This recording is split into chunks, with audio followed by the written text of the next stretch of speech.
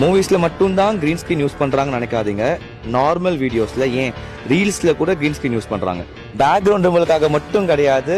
green ஸ்கிரீனோட main used case